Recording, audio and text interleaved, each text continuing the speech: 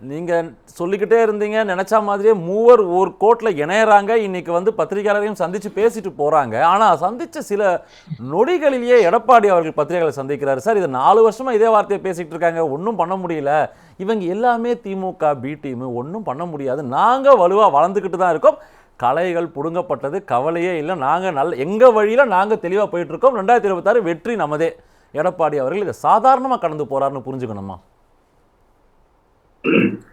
அம்மா மறைவுக்கு பிறகு எடப்பாடியார் முதல்வர் பொறுப்பில் இருக்கிற வரைக்கும், அப்புறம் பிறகு இப்ப கட்சியை முழுமையாக அவர் கட்டுப்பாட்டில் அல்லது தலைமையின் கீழ் கொண்டு வந்த வரைக்கும், கட்சி என்கின்ற நிலையில் தன்வசப்படுத்திய எடப்பாடியார் ஆட்சி, மக்கள் பிரதிநிதிகள், சட்டமன்ற உறுப்பினர்கள், நாடாளுமன்ற உறுப்பினர்கள், உள்ளாட்சி பிரதிநிதிகள், அது மாதிரி தேர்தலில் வாக்குகளை பெற்று வலிமை பெற்றிருக்கிறாரா, வாக்காளர்களை தன்வசப்படுத்தி இருக்கிறாரா, அண்ணா திராவிட முன்னேற்ற கழகத்தினுடைய தொண்டர்களை வசப்படுத்தி இருக்கிறாரா? இல்லை. அதுதான் நெருக்கடி. இப்ப எடப்பாடிக்கு இருக்கிற ஒரு சவால், மிகப்பெரிய சவால் இதுதான். அப்ப நம்ம இன்னைக்கு 63வது சுதந்திர போராட்டத்தினுடைய மகத்தான பெரும் தியாகி ஐயா பசும்பொன் முத்துராமலிங்க தேவரையாவுடைய பசும்பொன்னில் அவருடைய இன்று 63வது குரு பூஜையில அண்ணா திராவிட முன்னேற்ற கழகத்தினுடைய 3 வலிமையான தலைமைகள், அதாவது இபிஎஸ் ஒரு ஒரு நிலைப்பாட்டில் இன்னைக்கு அவர் போனாரு. அடுத்த அரை மணி நேரத்துல ஓபிஎஸ், டிடிவி, கேஏஎஸ், செங்கோட்டையன்னா இன்னைக்கு நம்ம 3 பேரும் ஒரு கரம் பற்றி ஊடகத்தை சந்திக்கிறாங்க. இது பெரிய வியப்பு. இதுவரைக்கும் நான் பசும்பொண்ணுக்கு நான் நினைவு தெரிஞ்ச காலத்துல இருந்து போயிருக்கிறேன். அண்ணா திராவிட முன்னேற்ற கழகம் அங்கு ஒரு வலிமையான அந்த மக்கள் மத்தியில அல்லது தென் மாவட்டத்தை மத்தியில அதிமுக ஒரு வலிமையான மக்கள் செல்வாக்கை பெற்றிருக்கிற கட்சிங்கிறதுல மாற்று கருத்து இல்லை.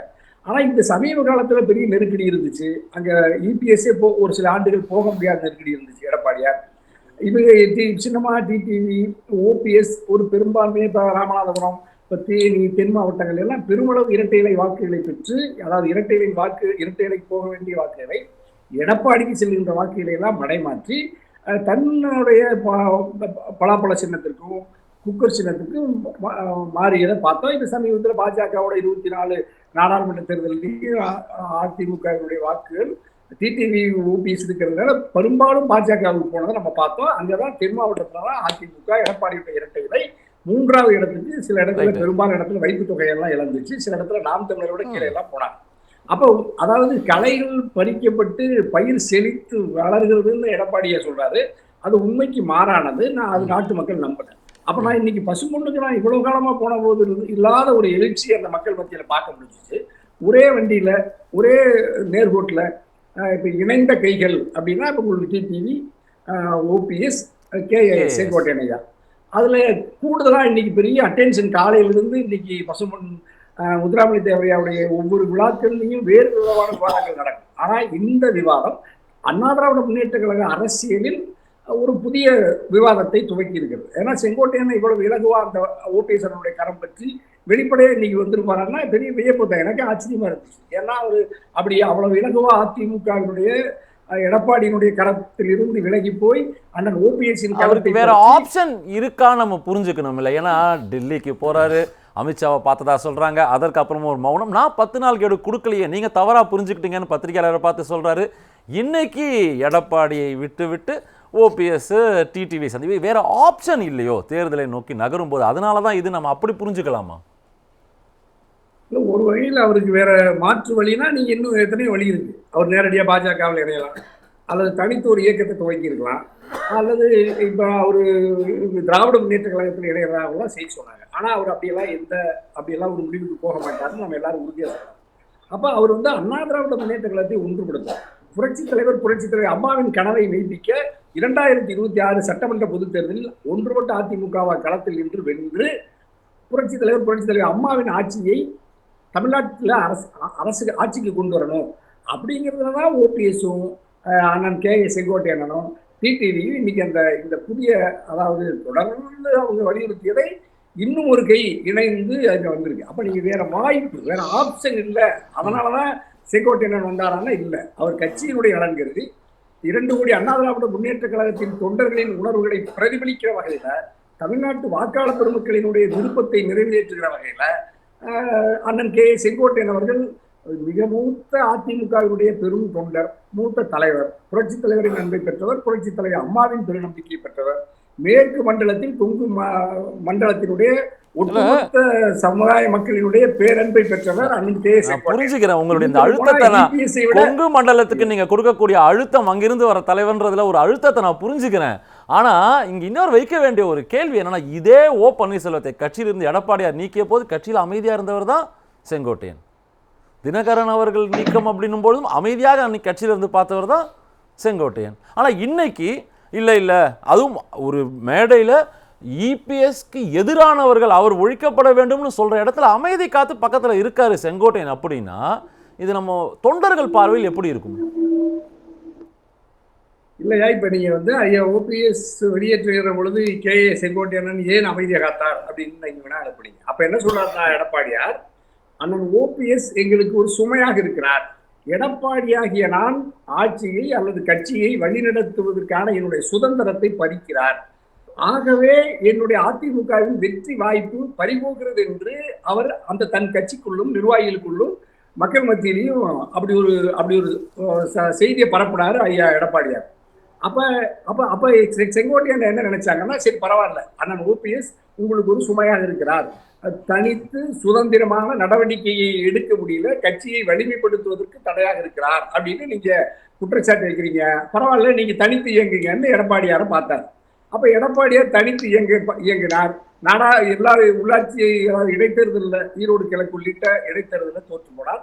பிறகு நாடாளுமன்ற தேர்தலில் முழுமையாக தோற்ற பிறகு எடப்பாடியினுடைய இந்த கூற்றை எப்படி ஒரு மூத்த நிர்வாகியாக கட்சியினுடைய பரம விசுவாசியாக இருக்கிற அண்ணன் கே. செங்கோட்டையன் இனியும் பொறுத்திருந்து அண்ணா திராவிட முன்னேற்ற கழகம் என்கின்ற மாபெரும் மக்கள் இயக்கத்தை புரட்சித் தலைவரும் புரட்சித் தலைவர் அம்மாவும் உயிரை கொடுத்து உருவாக்கிய இந்த கட்சியை எடப்பாடியின் காலத்தில் அது சிதைந்து வருவது பெரிய ஒரு வேதனையில தான் அண்ணன் கே. செங்கோட்டையன் இப்பொழுது அண்ணன் ஓபிஎஸ்ஸின் கரம் பற்றி இருக்கிறார், அண்ணன் டிடிவியின் கரம் பற்றி இருக்கிறார், விரைவில் சினிமாவின் கரத்தையும் பற்ற இருக்கிறார்.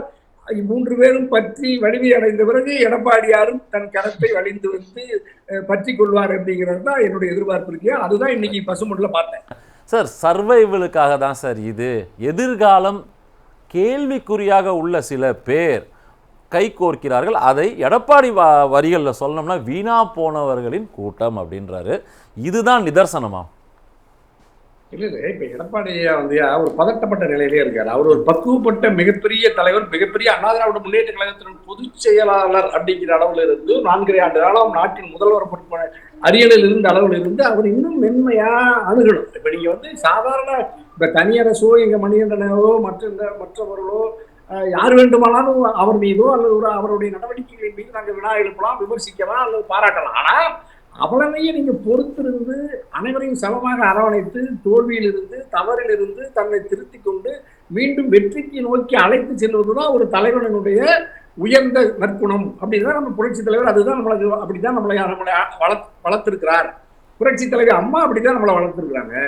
அம்மாவாலேயே வெளியேற்றப்பட்டவர்கள் எல்லாம் காளிமுத்தையாவிலிருந்து மூத்த தலைவர் நெடுஞ்செழியன் ஐயாவிலிருந்து எல்லோரையும் ஆரம்பிர பண்ண வரைக்கும் அரவணைத்து அன்பு காட்டி அவர்களுக்கும் உரிய பொறுப்பை தந்து கூடவே வைத்துக் கொண்டுதான் அதிமுகவை வளர்க்கெடுக்க முடியும். இங்க ஒரு சின்ன கேள்வி இருக்கு. ஆனா இங்கு தொடர்ந்து சட்ட போராட்டங்கள் நடந்து கொண்டிருக்கிறது. சுப்ரீம் கோர்ட்லையும் கேஸ் ஃபைல் பண்ணியாச்சு. அதையும் தாண்டி தலைமை கழகம் மீது ஒரு தாக்குதல், அதற்கு காரணம் ஓபிஎஸ், இப்படி பல குற்றச்சாட்டு இருக்கும்போது நீங்க சொல்லக்கூடிய அந்த ஆலிவ் பிரான்ச்சை நீட்டுவது, அமைதியா போவோம், பாசமா கட்டிப்போம், இதெல்லாம் எப்படி எடப்பாடி கேம்ப்ல ஒத்துப்பாங்க? இல்லையா, இப்ப தலைமை கழகத்தை தாக்கியதாலதான் நாங்க வந்து ஓபிஎஸ் ஐயாவை மன்னிக்க முடியலன்னு பச்சை பொய்ய நம்ம எடப்பாடியா தரப்புல சொல்றாங்க. இன்னும் சொல்ல போனா 11 சட்டமன்ற உறுப்பினர்கள் எடப்பாடி ஐயாவை நாங்கள்லாம் முதலமைச்சராக தேர்ந்தெடுத்து காத்திருக்கிறோம். எங்க ஓபிஎஸ் ஐயா தலைமையில 11 சட்டமன்ற உறுப்பினர்கள் எடப்பாடி அரசுக்கு எதிராக வாக்களித்தவர்களை நீங்க மறுபடியும் எப்படி மன்னிச்சு சேர்த்துக்கிட்டீங்க? அப்ப உங்களுக்கு பதவி வேண்டும் என்றால், நீங்கள் முதல்வர் அரியணையை அலங்கரிக்க வேண்டும் என்றால் ஓபிஎஸ்ஐ மன்னிச்சுக்குவீங்க, இணை ஒருங்கிணைப்பாளர் கொடுப்பீங்க. அதான் அவரு ஒருங்கிணைப்பாளர், நீங்க இணை ஒருங்கிணைப்பாளர். அவனுக்கு கீழே, அதாவது அரசுக்கு எதிராக உங்க அரசுக்கு கவிழ்ப்பதற்கு வாக்களித்தவரை கட்சிக்கே தலைவராக்கிய எடப்பாடி அப்பெல்லாம் நீங்க மன்னிக்க மாட்டேன், துரோகம் பண்ணிட்டாரு அப்படின்னு எப்படி சொல்ல? அப்ப சொல்லல. ஏன்னா அப்ப அவர் 11 சட்டமன்ற உறுப்பினருடைய தயவு தேவைப்பட்டுச்சு, உங்களுக்கு முதல்வர் அரியணை தேவைப்பட்டுச்சு, சேர்த்துக்கிட்டீங்க. அப்புறம் அவருக்கு துணை முதல்வர் பொறுப்பும் கொடுத்தீங்க. அப்படியெல்லாம் உங்களுக்கு துணையாக இருந்த ஓபிஎஸ் அல்ல, உங்களுக்கு துணையாக இருந்த ஓபிஎஸ், உங்களுக்கு துணையாக இருந்த சின்னமா, உங்களுக்கு துணையாக இருந்த டிடிவி, உங்களை இப்படியெல்லாம் இன்னைக்கு எடப்பாடியை உலகத்துக்கு அடையாளப்படுத்திய இந்த 3 வலிமையான ஆளுமைகளை நீங்கள் தனித்து வெளியேற்றி விட்டு அவர்கள் மீது இன்னும் சினம் கொண்டு தாழ்வான கருத்துக்களை பதிவு செய்வதுதான் எடப்பாடியாருடைய இந்த வீழ்ச்சிக்கும் இந்த தோல்விக்கும் காரணம் என்பதனால் இப்பொழுதாவது எடப்பாடியார் அண்ணா திராவிட முன்னேற்ற கழகத்தை வலிமைப்படுத்த வேண்டும். புரட்சி தலைவர் அம்மாவுடைய சின்ன ரீகால் வந்துட்டீங்க சார், புரியுது தனியார் சார். ஆனா சென்ற முறை ஆட்சியில் இருக்கும்போது தொடர்ந்து எடப்பாடிக்கு எதிராக டிடிவி சொல்லிக் கொண்ட விஷயம் பாத்தீங்கன்னா ஸ்லீப்பர் செல் உள்ள இருக்காங்க, ஆட்சி எப்போது வேண்டுமானாலும் கவிழும்ன்ற ஒரு எச்சரிக்கை சமிகை கொடுத்துக்கிட்டே இருக்காரு. இன்னைக்கு அவர் ஆதரவு கரம் நீட்டினா கையை பற்றிட முடியுமா அதிமுக எடப்பாடி தரப்பு? அரசியல் இது இப்ப நீங்க நான் எந்த காலத்திலையும் பாஜகவோட இனிமேல் உறவில்லைன்னு இதே எடப்பாடி 2024 முன்னாடி சொன்னாரு. ஏன் அப்புறம் போய் டெல்லியில போய் அமித்ஷா கருத்தை பற்றி கொண்டார்? இதுல அரசியல் என்ன இருக்கு? இப்ப அரசியல் அது தேவைப்பட்டுச்சு, திமுகவுடைய ஆட்சியை அகற்றுவதற்கு பாஜகவின் கரம் பற்ற வேண்டிய தேவை வந்துச்சுன்னு எடப்பாடி சொன்னார்ல. என் கட்சி நான் முடிவெடுப்பேன்னு சொல்றாருல. அப்ப எடப்பாடி எந்த கொள்கையில உறுதியா இருக்காரு, எந்த முடிவில் உறுதியா இருந்தாரு? ஆகவே இந்த டிடிவி சின்னமா ஓபிஎஸ் இந்த செங்கோட்டையன் உள்ளிட்ட மூத்த நிர்வாகிகளை தலைவர்களை வெளியேற்றதிலிருந்து மறுபரிசீலனை செய்து பதவிகளை பகிர்ந்து கொண்டு நீங்க ஒன்றுபட்ட அதிமுக கலந்துக்குவாங்க. 2026 எங்க பொன் வில்சன் சொன்னார்ல, திமுகவை வீழ்த்த முடியாதா? ஆமாங்கிற நான் ஒன்றுபட்ட அதிமுக முடியும். இங்க 2 திராவிட அரசியல் கட்சி தான் இருக்கணும். ஒண்ணு அதிமுக இருக்கணும், திமுக இருக்கு. திமுக அதை விரும்புதியா? பொன் வில்சன் நல்லா கேட்டுங்க, திமுகவே விரும்புது. 2 திராவிட அரசியல் தான் இந்த மண்ணில் இருக்கணும். அதுதான் தமிழ்நாட்டுடைய அரசியலுக்கு வலிமை அப்படிங்கிறதுல இருந்து அந்த கருத்தை நான் பதிவு செய்யறேன். அதிமுக விரைவில் வரும்.